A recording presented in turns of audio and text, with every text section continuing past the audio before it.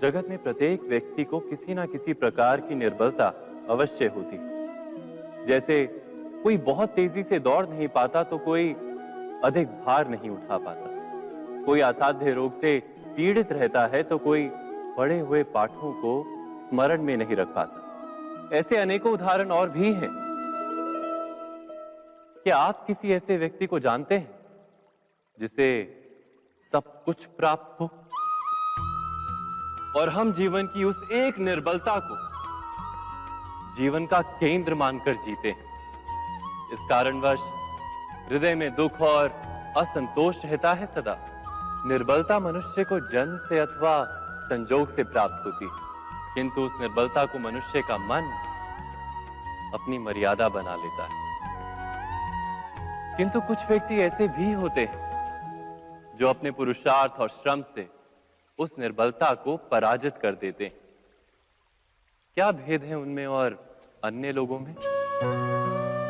क्या आपने कभी विचार किया है? सरल सा उत्तर है इसका। जो व्यक्ति निर्बलता से पराजित नहीं होता, जो पुरुषार्थ करने का साहस रखता है हृदय में, वो निर्बलता को पार कर जाता है। अर्थात निर्बलता अवश्य ईश्वर देता है, किंतु मर्यादा मनुष्य का मन ही निर्मित करता है। स्वयं विचार कीजिए।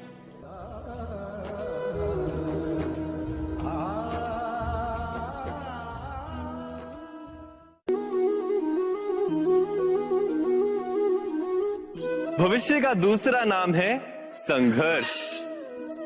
हृदय में आज इच्छा होती है और यदि पूर्ण नहीं हो पाती तो हृदय भविष्य की योजना बनाता है।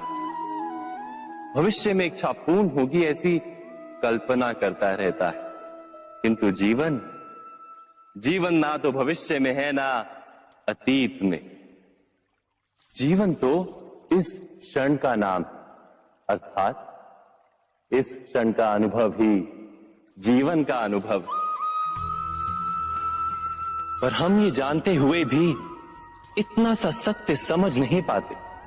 या तो हम बीते हुए समय के स्मरणों को घेर कर बैठे रहते, या फिर आने वाले समय के लिए हम योजनाएं बनाते रहते हैं और जीवन जीवन बीत जाता है। एक सत्य यदि हम हृदय में उतार लें कि ना हम भविष्य देख सकते हैं, ना ही भविष्य निर्मित कर सकते हैं, हम तो केवल धैर्य और साहस के साथ भविष्य को आलिंगन दे सकते हैं, स्वागत कर सकते हैं भविष्य का। तो क्या जीवन का हर पल जीवन से नहीं भर जाएगा? स्वयं विचार कीजिए।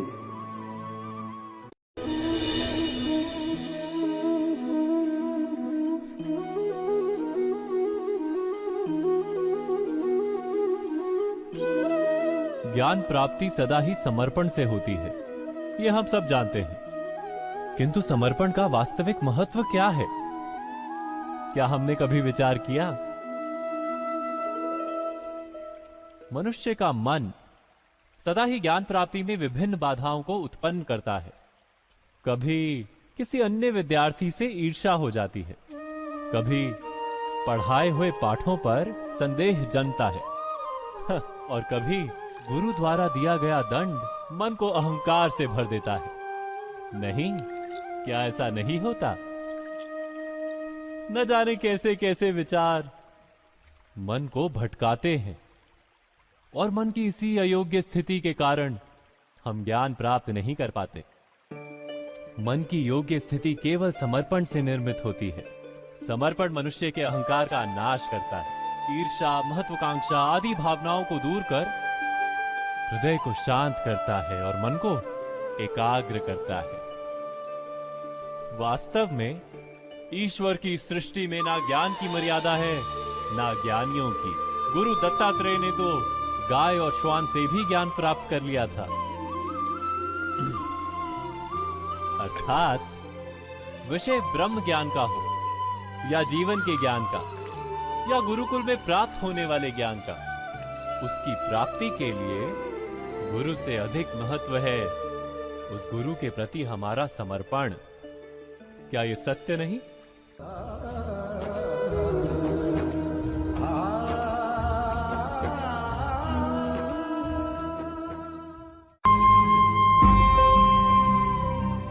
प्रत्येक मनुष्य के जीवन में ऐसा क्षण अवश्य आता है जब सारे स्वप्न, सारी आशाएं, सारे दृश्य ध्वस्त हो जाते हैं। जीवन के सारे आयोजन ही बिखर जाते हैं। एक और धर्म होता है और दूसरी ओर सुख। इसी को धर्म संकट कहते हैं। जब धर्म का वहन ही संकट हो और धर्म का त्याग ही सुख हो। विचार कीजिए, कभी किसी स्वजन के विरुद्ध सत्य बोलने का अवसर प्राप्त हो जाता है, कभी ठीक दरिद्रता के समय सरलता से चोरी करने का मार्ग प्राप्त हो जाता है, कभी किसी शक्तिशाली राजनेता या राजा के कर्मचारी का अधर्म प्रकट हो जाता है।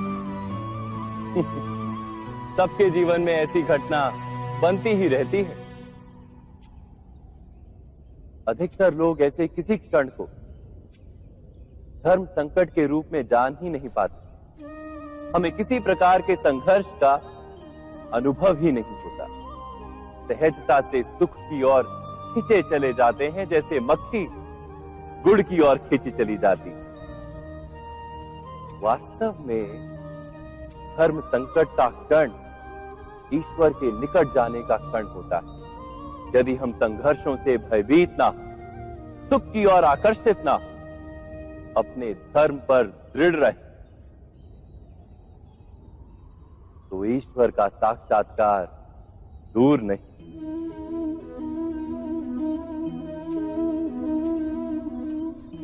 पवन से युद्ध करने वाला पत्ता यदि पेड़ से गिरता है तो भी आकाश की ओर उठता है। पवन से झुकने वाली घास वहीं भूमि पर रह जाती है। अर्थात धर्म संकट से यदि हम संकट को ही टाल दें तो सुख तो मिलता है, जीवन बढ़ता है, किंतु क्या चरित्र नहीं टूटता? क्या आत्मा दरिद्र नहीं हो जाती? क्या ईश्वर से अंतर नहीं हो जाता? स्वयं विचार किए। दो व्यक्ति जब निकट आते हैं तो एक दूसरे के लिए सीमाएं और मर्यादाएं निर्मित करने का प्रयत्न अवश्य करते हैं। हम यदि सारे संबंधों पर विचार करें तो देखेंगे कि इन सारे संबंधों का आधार यही सीमाएं हैं जो हम दूसरों के लिए निर्मित करते हैं। और यदि अनजाने में भी कोई अन्य व्यक्ति इन सीमाओं को तोड़ता है तो उसी क्षण हमारा हृदय क्रोध से भर जाता है। इन सीमाओं का वास्तविक रूप क्या है? क्या हमने कभी विचार किया? सीमाओं के द्वारा हम दूसरे व्यक्ति को निर्णय करने की अनुमति नहीं देते, अपना निर्णय उस व्यक्ति पर थोपते हैं, अर्थात किसी की स्वतंत्रता का अस्वीकार करते हैं। और जब स्वतंत्रता का अस्वीकार किया जाता है तो उसका हृदय दुख से भर जाता है। और जब वो सीमाओं को तोड़ता है तो हमारा हृदय क्रोध से भर जाता है। क्या ऐसा नहीं होता?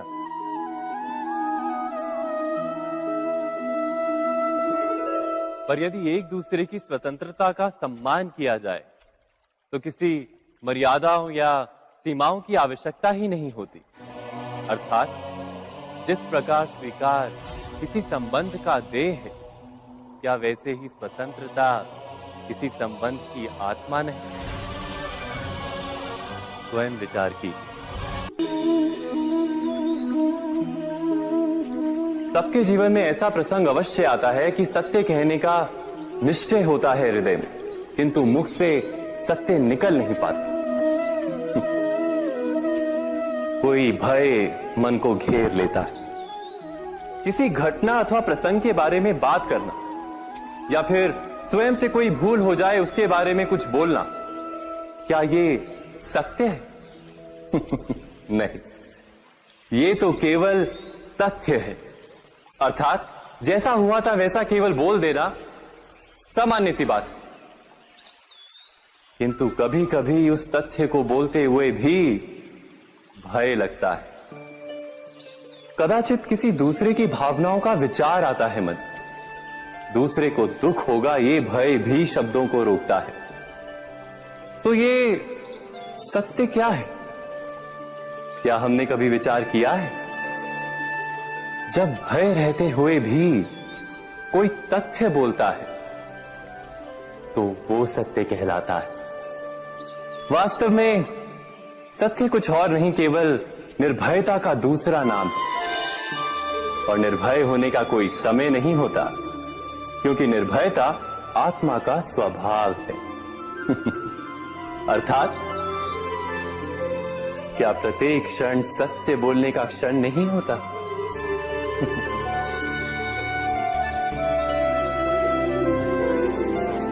स्वयं विचार कीजिए।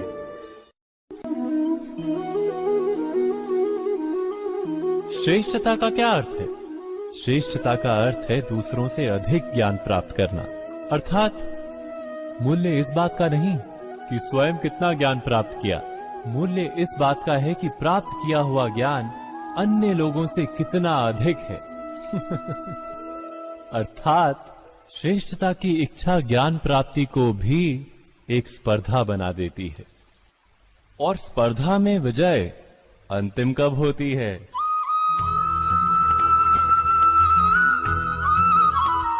कुछ समय के लिए तो श्रेष्ठ बना जा सकता है, किंतु सदा के लिए कोई श्रेष्ठ नहीं रह पाता।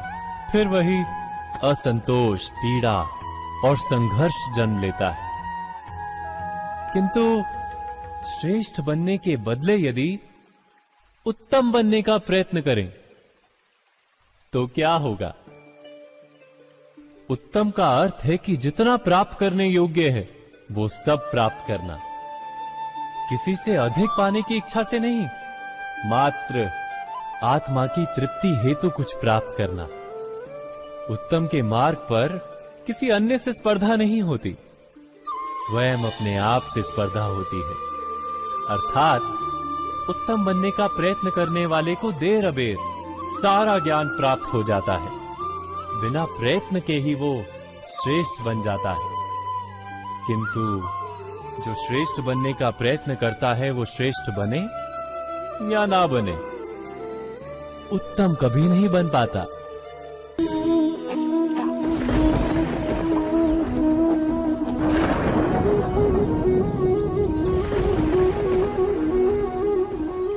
सपनों और पूर्वाभासों के आधार पर हम भविष्य के सुख दुख की कल्पना करते हैं। भविष्य के दुख का कारण दूर करने के लिए हम आज योजना बनाते हैं।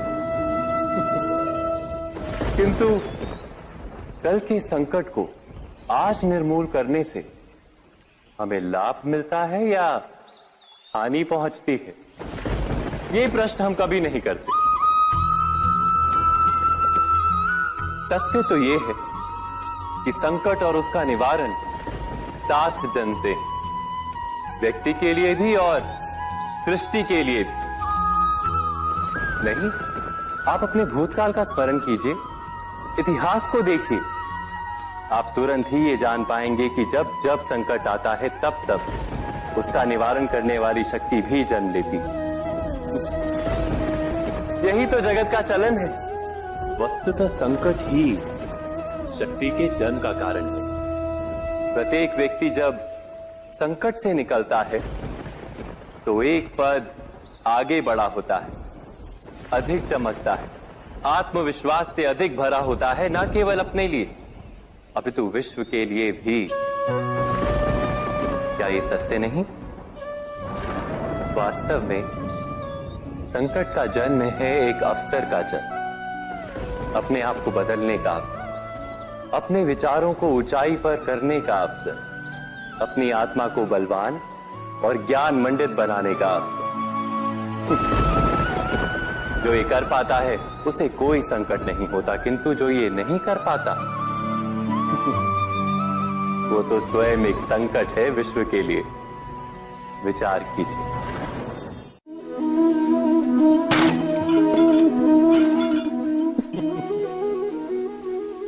कभी कभी कोई घटना मनुष्य के जीवन की सारी योजनाओं को तोड़ देती और मनुष्य उस आघात को अपने जीवन का केंद्र मान लेता। पर क्या भविष्य मनुष्य की योजनाओं के आधार पर निर्मित होते हैं? नहीं। जिस प्रकार किसी ऊंचे पर्वत पर सर्वप्रथम चढ़ने वाला उस पर्वत की तलाई में बैठकर जो योजना बनाता है, क्या वही योजना उसे उस पर्वत की चोटी तक पहुंचाती है? नहीं। वास्तव में वो जैसे जैसे ऊपर चढ़ता है, वैसे वैसे उसे नई नई चुनौतियां, नई नई विडंबनाएं, नए नए अवरोध मिलते हैं। प्रत्येक पद पर वो अपने अगले पद का निर्णय करता है। प्रत्येक पद पर उसे अपनी योजनाओं को बदलना पड़ता है। कहीं पुरानी योजना उसे खाई में ना ढकेल दे। वो पर्वत को अपने योग्य नहीं बना पाता, केवल स्वयं को पर्वत के योग्य बना सकता है। क्या जीवन के साथ भी ऐसा ही नहीं? जब मनुष्य जीवन में किसी एक चुनौती को, एक अवरोध को अपने जीवन का केंद्र मान लेता है, अपने जीवन की गति को ही रोक देता है, तो वो अपने जीवन में सफल नहीं बन पाता और ना ही सुख और शांति प्राप्त कर पाता। अर्थात जीवन को अपने योग्य बनाने के बदले स्वयं अपने को जीवन के योग्य बनाना ही सफलता और सुख का एकमात्र मार्ग नहीं। स्वयं विचार कीजिए।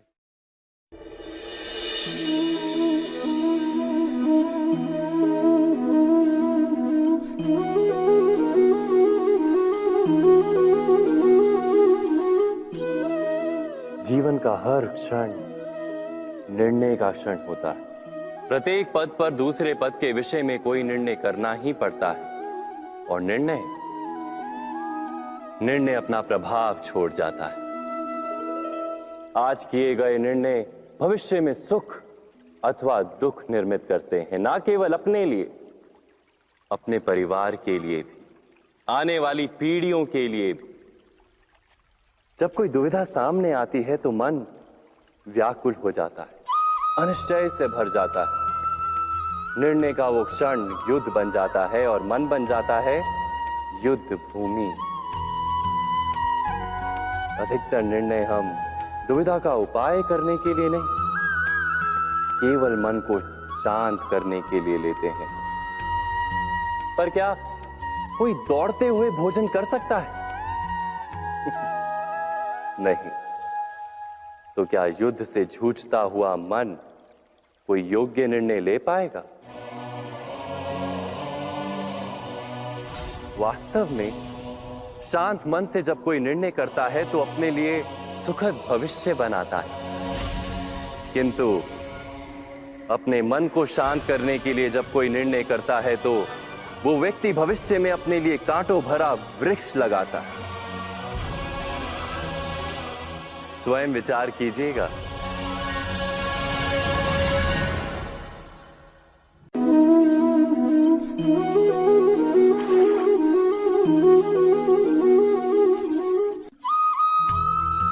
जीवन में आने वाले संघर्षों के लिए जब मनुष्य स्वयं को योग्य नहीं मानता, जब उसे अपने ही बल पर विश्वास नहीं रहता, तब वो सद्गुणों को त्याग कर दुर्गुणों को अपनाता है। वस्तुतः मनुष्य के जीवन में दुर्जनता जन्म ही तब लेती है जब उसके अंतर में आत्मविश्वास नहीं होता। आत्मविश्वास ही अच्छाई को धारण करता है। ये आत्मविश्वास है क्या?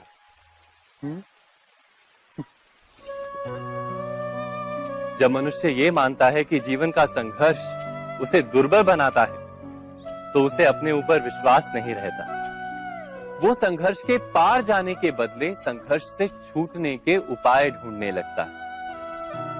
किंतु जब वो ये समझता है कि ये संघर्ष उसे अधिक शक्तिशाली बनाते हैं, ठीक जैसे व्यायाम करने से देह की शक्ति बढ़ती, तो प्रत्येक संघर्ष के साथ उसका उत्साह बढ़ता है। अर्थात आत्मविश्वास और कुछ भी नहीं, मन की स्थिति, जीवन को देखने का दृष्टिकोण मात्र है। और जीवन का दृष्टिकोण तो मनुष्य के अपने वश में होता है। स्वयं विचार कीजिए।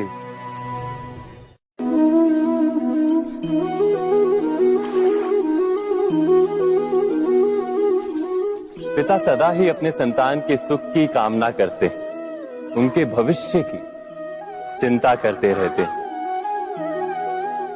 इसी कारणवश सदा ही अपने संतानों के भविष्य का मार्ग स्वयं निश्चित करने का प्रयत्न करते रहते। जिस मार्ग पर पिता स्वयं चला है, जिस मार्ग के कंकर पत्थर को स्वयं देखा है, मार्ग की छाया, मार्ग की धूप को स्वयं जाना है, उसी मार्ग पर उसका पुत्र भी चले, यही इच्छा रहती है हर पिता की। निस्संदेह उत्तम भावना है ये, किंतु 3 प्रश्नों के ऊपर विचार करना हम भूल ही जाते हैं। कौन से प्रश्न? प्रथम प्रश्न, क्या समय के साथ प्रत्येक मार्ग बदल नहीं जाते? क्या समय सदा ही नई चुनौतियों को लेकर नहीं आता? तो फिर बीते हुए समय के अनुभव नई पीढ़ी को किस प्रकार लाभ दे सकते हैं? दूसरा प्रश्न, क्या प्रत्येक संतान अपने माता पिता की छवि होता है? हाँ, संतानों को संस्कार तो अवश्य माता पिता देते हैं, किंतु भीतर की क्षमता तो ईश्वर देते हैं। तो जिस मार्ग पर पिता को सफलता मिली है, विश्वास है कि उसी मार्ग पर उसकी संतानों को भी सफलता और सुख प्राप्त होगा। तीसरा प्रश्न, क्या जीवन के संघर्ष और चुनौतियां लाभकारी नहीं होती? क्या प्रत्येक नया प्रश्न एक नए उत्तर का द्वार नहीं खोलता? तो फिर संतानों को नए नए प्रश्नों, संघर्षों और चुनौतियों से दूर रखना, ये उनके लिए लाभ करना कहलाएगा या हानि पहुंचाना? अर्थात जिस प्रकार संतान के भविष्य का निर्माण करने के बदले उसके चरित्र का निर्माण करना श्रेष्ठ है, वैसे ही संतानों के जीवन का मार्ग निश्चित करने के बदले उन्हें नए संघर्षों के साथ जूझने के लिए मनोबल व ज्ञान देना अधिक लाभदायक नहीं होगा? स्वयं विचार